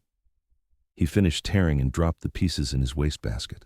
Then he turned to Diana, his eyes intense in the dim light. I love you. I've loved you since the moment you asked me what I saw in that Rothko painting. I've loved you through every high and every low. I've loved you when you gave me our son. I've loved you when you challenged me, supported me, forgave me, pushed me to be better. I love you more today than I did 32 years ago, and I'll love you more tomorrow than I do today. Diana felt tears streaming down her face. Sebastian. He crossed to her in 3 strides, and suddenly she was backing up, her hips hitting his desk. Sebastian's hands came down on either side of her, bracing on the polished wood, caging her in. Tell me, he said, his face inches from hers. Tell me you still love me. Tell me I haven't destroyed us. Tell me we still have a chance. Diana's hands came up to grip his shirt, pulling him closer. I love you. God, Sebastian. I've never stopped loving you. Even when you were breaking my heart, I loved you. His breath was ragged, his eyes searching hers. I don't deserve another chance. Good thing you don't get to decide that. One of his hands left the desk, came up to cup her face. His thumb stroked her cheekbone, and Diana felt the touch all the way to her bones. I missed you, he whispered. I've been sleeping down the hall, and every night was torture, knowing you were so close and I couldn't reach for you, couldn't hold you. Then hold me now. His other hand slid to her waist, pulling her against him. Diana gasped at the contact. It had been so long since they'd been this close, since she'd felt the solid warmth of him against her. Diana. Her name on his lips was prayer and plea combined. She looked up at him, saw the heat in his eyes, the need, saw the war he was fighting with himself. What are you waiting for? She asked softly. Permission, forgiveness, for you to tell me I haven't ruined everything. You haven't ruined anything that can't be fixed. Diana's hands slid up his chest, over his shoulders, into his hair. And you have my permission. For anything. For everything. Sebastian made a sound low in his throat, part groan, part relief. His hand tightened on her waist and he leaned in. The kiss started tender, careful, like they were both afraid of breaking this fragile new beginning. But need quickly overwhelmed caution. Sebastian's mouth moved over hers with increasing urgency, years of love and months of longing pouring into the kiss. Diana responded in kind, her fingers tightening in his hair, her body arching into his. When they finally broke apart, both breathing hard, Sebastian pressed his forehead to hers. I want you, he said roughly. God, Diana, I want you so much, but I don't want to rush this. I don't want to skip past the healing we need to do. Who says we're skipping anything? Diana's voice was breathless. Sebastian, we've been married 32 years. We know each other's bodies as well as we know our own. Being intimate isn't skipping steps. It's remembering who we are together. His hand on her waist slid around to her back, pulling her flush against him. Are you sure? I've never been more sure of anything. Sebastian searched her eyes for a long moment, then he smiled. That slow, heated smile that had always made Diana's knees weak. Then let me take you to bed, he said. Our bed, where I should have been sleeping all along. Diana took his hand. Then take me there. Take me home. They left the study together, walked down the hallway hand in hand, and entered the master bedroom that Sebastian hadn't slept in for 3 months. The room looked the same, elegant, peaceful, theirs. But it felt different now, like they were reclaiming it, reclaiming themselves. Sebastian closed the door behind them and pulled Diana close. I'm going to spend all night showing you how sorry I am, he murmured against her hair, and how much I love you, and how grateful I am that you didn't give up on us. Diana pulled back just enough to look at him. I could never give up on us. You're my heart, Sebastian, my home, my everything. He kissed her again, deeper this time, walking her backward until the backs of her knees hit the bed. Then let me remind you, he whispered against her lips, exactly why you married me in the first place. Diana smiled and pulled him down with her. Outside, the city lights twinkled like stars. Inside, 2 people who'd almost lost each other found their way back home. Chapter 4. The next few days were a revelation. Sebastian canceled his meetings and Diana cleared her schedule. They spent time together, real time, not the surface-level coexistence they'd fallen into during those 3 terrible months. They talked, they cried, they laughed. They went to Dr. Hoffman together for an intensive couples session where Sebastian finally articulated all the fears he'd been carrying since childhood. I've been trying to control death, he admitted, Diana's hand clasped tightly in his. Trying to prevent loss by holding everything and everyone at arm's length. Catherine's cancer terrified me because it proved I'm not in control. I can't protect the people I love from everything. No one can, Dr. Hoffman said gently. But Sebastian, by trying to protect yourself from potential loss, you were actively creating the loss you feared most. You were pushing Diana away. I know that now. Diana squeezed his hand. I'm not going anywhere. I need you to really hear that. I'm not leaving. I'm not dying. I'm right here, and I'm staying. Sebastian looked at her with naked vulnerability. What if something happens to you? What if I lose you? Then you'll grieve, and it will be awful. But Sebastian, you can't let the fear of someday losing me stop you from fully loving me today. That's not living. That's just a slower form of dying. The words hit him like a physical blow. And then, finally, he began to cry. Really cry, the way he hadn't since the night Catherine died. Deep, wrenching sobs that he'd been holding back for months. Diana held him through it. And when the storm passed, Sebastian looked at her with clear eyes. I want to live, he said. Really live, not just survive, not just control. Live. Then live with me, Diana said, for however many years we have. Let's live them fully. On the 5th day after they'd retrieved the watch, Sebastian asked Diana to meet him at a specific address in Manhattan. What's this about? Diana asked when he texted her the location. Trust me, please. Diana took a car to the address and found herself standing in front of a building overlooking Central Park. She recognized the location immediately. It was near where they'd gotten married. Sebastian was waiting in the lobby, dressed in a suit, holding a bouquet of flowers, peonies, her favorite. What are we doing here? Diana asked, accepting the flowers with a confused smile. Come with me. He led her to the elevator, hit the button for the top floor. They rode up in silence, Sebastian's hand never leaving hers. When the elevator opened, they stepped into a stunning rooftop space, and Diana gasped. The space had been transformed. Fairy lights hung everywhere, casting a warm glow in the early evening. There was a small table set for 2, candles flickering. Music played softly, jazz, the kind they loved. And in the center of the space stood Marcus, holding a camera. What is this? Diana whispered. Sebastian turned to face her fully. 32 years ago, I married you in a small ceremony with limited resources, but unlimited love. I've always regretted that I couldn't give you the big celebration you deserved. Sebastian, I know you didn't need it, but I wanted to give it to you anyway. So tonight, I'm doing it again. Diana's eyes widened. Doing what again? Marrying you. Sebastian reached into his pocket and withdrew the watch. Catherine's watch, their watch.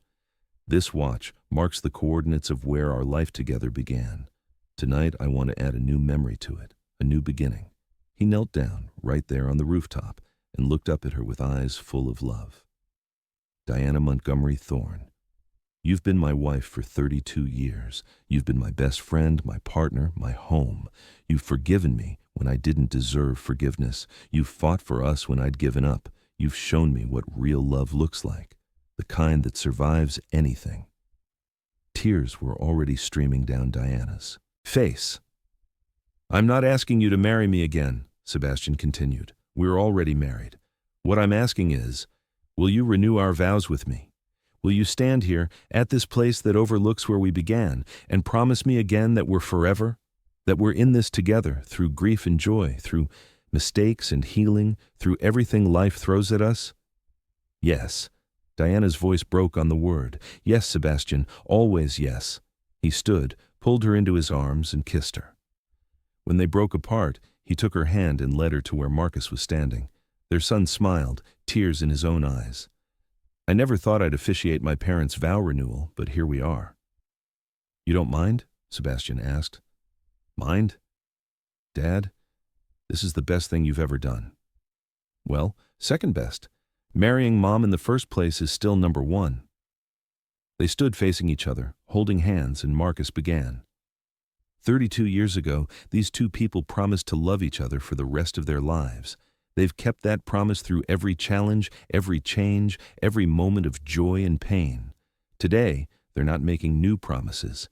They're reinforcing the old ones, remembering them, choosing them again. Marcus looked at his father. Dad? Sebastian cleared his throat. Diana, I promise to never shut you out again. To talk to you even when it's hard, even when I'm scared, even when my instinct is to hide. I promise to remember that you're my partner in everything, that we face life together, not separately. I promise to dance with you in the dark, to hold you when you need it, to be held when I need it. I promise to show up for you every day for the rest of my life. Diana was crying openly now. Sebastian, I promise to fight for us, even when you forget to fight for yourself.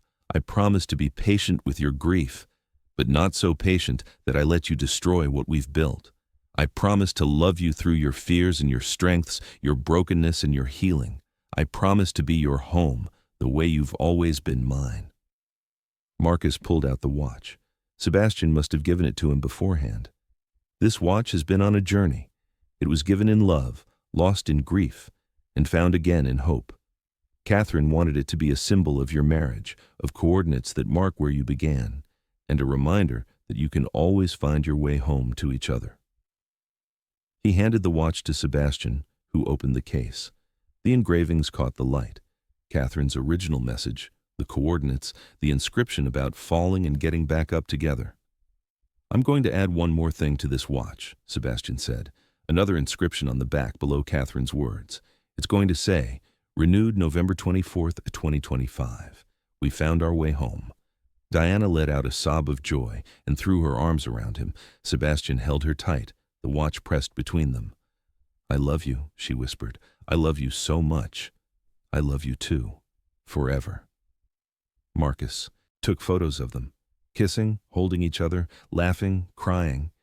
He captured the joy of second chances, the beauty of choosing each other again. When they finally sat down to dinner, just the three of them, their small family, Diana looked at Sebastian and saw everything she needed to see. He was present. He was here. He was hers. And she was his. They toasted with champagne. Marcus gave a speech about love and persistence and learning from the best. Sebastian presented Diana with a gift, a custom necklace with the coordinates from the watch engraved on a platinum pendant. So you're always carrying our beginning with you, he said as he fastened it around her neck. Diana touched the pendant, then pulled him in for a kiss. Thank you for this, for us, for not giving up. Thank you for not letting me give up. They went to the countryside estate that weekend. The house in the Hamptons had always been their retreat, the place they went when they needed to escape the city, to reconnect, to remember who they were beyond their public roles. Sebastian built a fire in the bedroom fireplace while Diana changed into soft clothes. When she emerged from the bathroom, he was sitting on the bed, still in his jeans and sweater, watching the flames dance. "Remember our first night here?" he asked as she joined him. "Of course. We'd just closed on the house. There was no furniture except the bed, no dishes, nothing. We had champagne and take-out Chinese, and we sat on the bedroom floor and planned our future. You wanted to fill every room with art. I wanted a library that could fit 1,000 books. We compromised and got both." Diana smiled. "We've always been good at compromising." Sebastian turned to her. "Except when I'm being a stubborn fool who can't see past his own pain." "You're not a fool. You're human. You were grieving." "I was," he agreed. "I still am. But Diana, I'm learning to grieve without punishing the people I love, to feel pain without inflicting it." He stood, held out his hand. "Dance with me." "There's no music." "We don't need music. We never have." Diana took his hand and let him pull her close. They swayed together in the firelight, just like they had that night Catherine had watched them unknowingly, just like they'd done hundreds of times over 32 years. Sebastian's hand slid up her back into her hair. He tilted her face up to his. "I want to make love to my wife," he said softly. "Really make love. Not just physically, but emotionally, spiritually. I want to connect with you in every way possible." "Then connect with me," Diana whispered back. What followed was both familiar and new. Familiar because they knew each other's bodies so well, knew every place that made the other sigh, knew the rhythm and pace that brought pleasure, knew the language of touch they developed over decades. New because they were different people now, changed by grief and nearly broken by it, but somehow stronger for having survived. Sebastian's hands moved over Diana with reverence, like he was memorizing her all over again. He traced the silver in her hair with his fingers, kissed the lines at the corners of her eyes. "You're beautiful," he murmured. "Every year, every change, every mark time is left on you. It's all beautiful." Diana's hands explored him in return, the silver at his temples, the lines on his face, the body she knew as well as her own. "We've earned these marks, everyone. They're proof we've lived. They're proof we've lived together. That's what makes them precious." They took their time, unhurried, savoring. This wasn't the quick passion of youth, but the deep intimacy of long married love. They knew how to please each other, how to give and receive, how to move together like two parts of one whole. When Sebastian finally entered her, Diana gasped at the rightness of it, the feeling of coming home, of being complete. They moved together slowly, deeply, faces close, breathing each other's air. "I missed this," Sebastian whispered against her lips. "Missed you, missed us.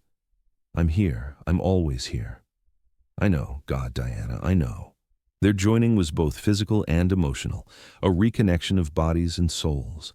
When they finally crested together, crying out in unison, it felt like more than pleasure. It felt like healing, like forgiveness, like promise. Afterwards, they lay tangled together, the fire burning low, their hearts still racing. "I love every silver strand in your hair," Sebastian said, running his fingers through it.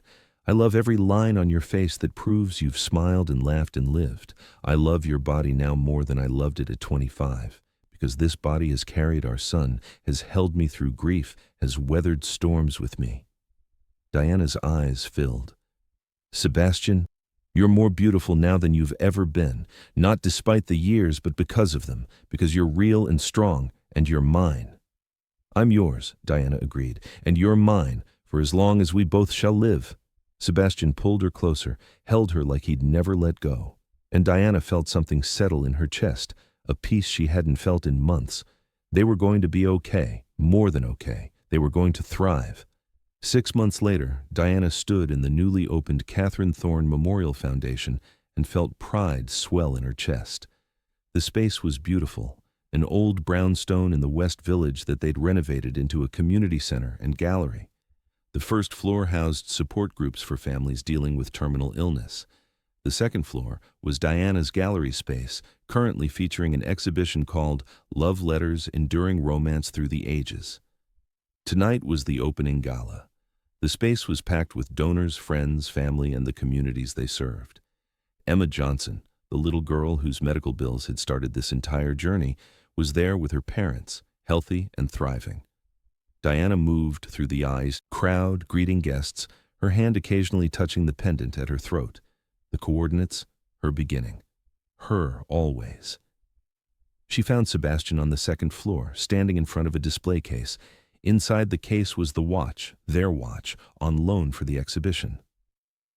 "You gave me permission to display it," Diana said, coming to stand beside him, "but we can take it down if it makes you uncomfortable."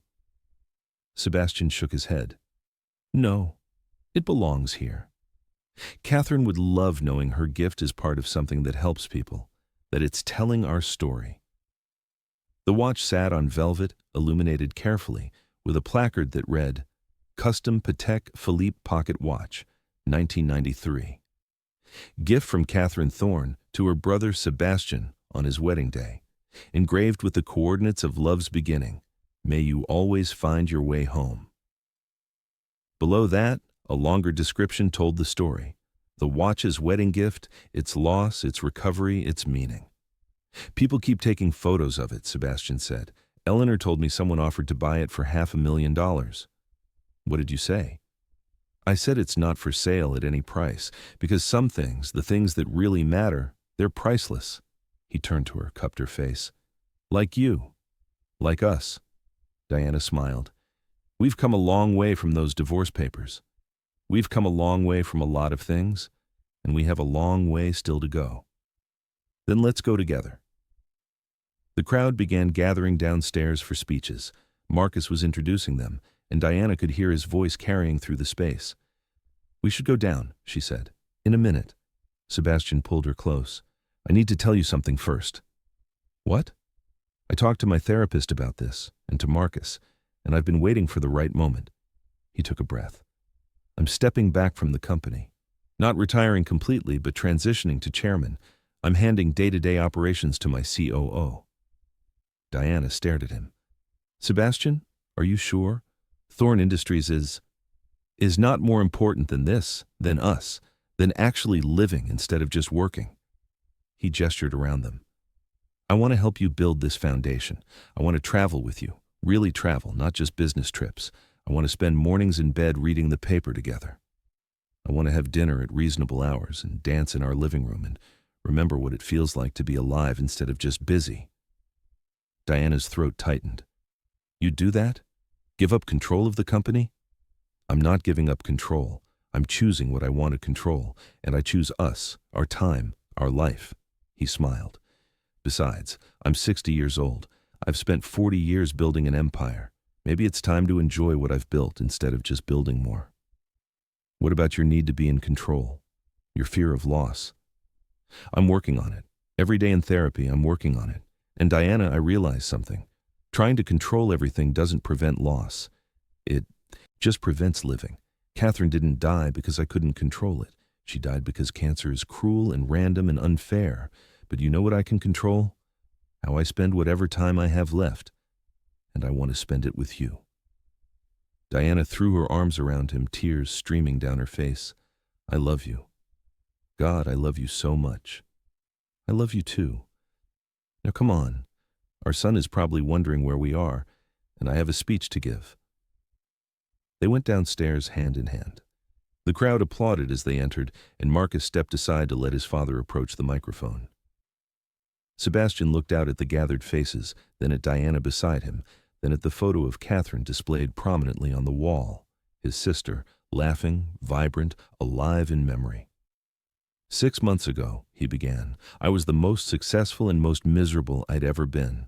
I'd just lost my sister. I'd nearly lost my wife. I'd forgotten what mattered and almost thrown away everything that made life worth living." He paused, reached for Diana's hand. "Catherine Thorne was my sister, my friend, and for 7 years, my responsibility. She was also the wisest person I've ever known. She understood that love, real love, isn't about grand gestures or perfect moments. It's about showing up, about choosing each other, even when it's hard, about getting back up together after you fall." Sebastian's voice grew stronger. This foundation exists because Catherine believed in second chances. She believed in the power of community, of support, of love that survives even death. She left letters, instructions, wisdom. She left us a roadmap for how to survive losing her. And more importantly, she left us a reminder of what we have to live for. He turned to Diana. My wife spent months tracking down a watch I thought was lost forever, not because the watch itself mattered, but because she understood what it represented. She fought for our marriage when I'd given up. She reminded me that some coordinates, some beginnings, are worth fighting your way back to. Diana squeezed his hand, tears in her eyes. Tonight, we open this foundation in Catherine's name. It will provide support for families facing terminal illness, resources for grief counseling, community for people navigating loss. But more than that, it will be a reminder that even in our darkest moments, we're not alone. That love, whether it's romantic love, familial love, community love, can carry us through anything. Sebastian raised his glass to Catherine, to second chances, to love that endures, and to everyone here who believes that the coordinates of our beginning matter less than the direction we choose to go from here. To Catherine, the crowd echoed. After the toast, after the speeches, after the crowd began to thin, Diana found herself back upstairs in the gallery with Sebastian. They stood in front of a piece Diana had curated, a collection of love letters from various couples throughout history. One letter, placed prominently, was Catherine's letter to them, the "For Both of You" letter, displayed with their permission. She's here, Sebastian said softly, in this space, in this work, in us. She never really left, Diana agreed. Sebastian turned to her, pulled her into his arms. The gallery was empty now except for them, the city lights twinkling through the tall windows. Dance with me, he said. There's no music again, Diana pointed out with a smile. We still don't need it. They swayed together in the quiet gallery, surrounded by stories of love. Love that had survived wars, distance, illness, time. Love that had endured because people chose it, fought for it, refused to let go of it. Do you know what I'm grateful for? Sebastian murmured against her hair. What? That I get to grow old with you. That every silver hair, every new line, every change, I get to experience it with you. That we're not frozen in time at 25 and 28. That we're here, now, older and wiser and still choosing each other. Diana pulled back to look at him. We're going to have fights. We're going to have hard days. We're going to grieve together. Other losses will come. I know, and we'll face them together. No more shutting each other out. No more letting fear drive us apart. Together, Diana agreed. Sebastian reached into his pocket and pulled out the watch. They'd taken it from the display case to bring it home tonight. Catherine was right about the inscription, he said, opening the case to show the words inside. Love is not about never falling. It's about always getting back up together. We fell, Diana said, hard. But we got back up, together? Sebastian smiled. And we added our own inscription. Renewed November 24th, 2025. We found our way home. He handed her the watch. I want you to keep this. Put it somewhere safe. And someday, when Marcus gets married, we'll give it to him together. We'll tell him the whole story, the good and the bad. And we'll teach him that marriage isn't about perfection. It's about persistence. Diana held the watch carefully, feeling its weight, its history, its meaning. He'll treasure it, just like we do. Just like we do, Sebastian echoed. He pulled her close again, and they continued dancing in the empty gallery, two people who'd almost lost everything and chosen instead to fight for it. Outside, the city hummed with life. Inside, two hearts beat in sync, two souls intertwined, two lives joined by choice and promise, and 32 years of love. The coordinates on the watch marked where they had begun. But their story, the real story, was in every moment since. Every laugh, every tear, every crisis weathered, every joy celebrated, every fall, and every rising back up together. Thank you, Sebastian whispered. For what? For not giving up, for fighting, for loving me even when I made it almost impossible to love me. Thank you for remembering why we're worth fighting for. They held each other as the night deepened, the gallery around them full of love stories, including their own. A story not of perfection, but of persistence. Not of never falling, but of always getting back up. Together. Always together. 1 year later, Marcus and Claire stood in the same rooftop space where Diana and Sebastian had renewed their vows, preparing to exchange vows of their own. Sebastian stood beside his son, the watch in his pocket, ready to present as a wedding gift, passing down the tradition Catherine had started 3 decades before.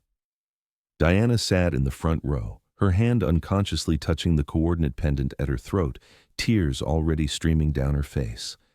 As the ceremony began, as Marcus and Claire promised each other forever, Diana felt Sebastian's hand find hers across the aisle.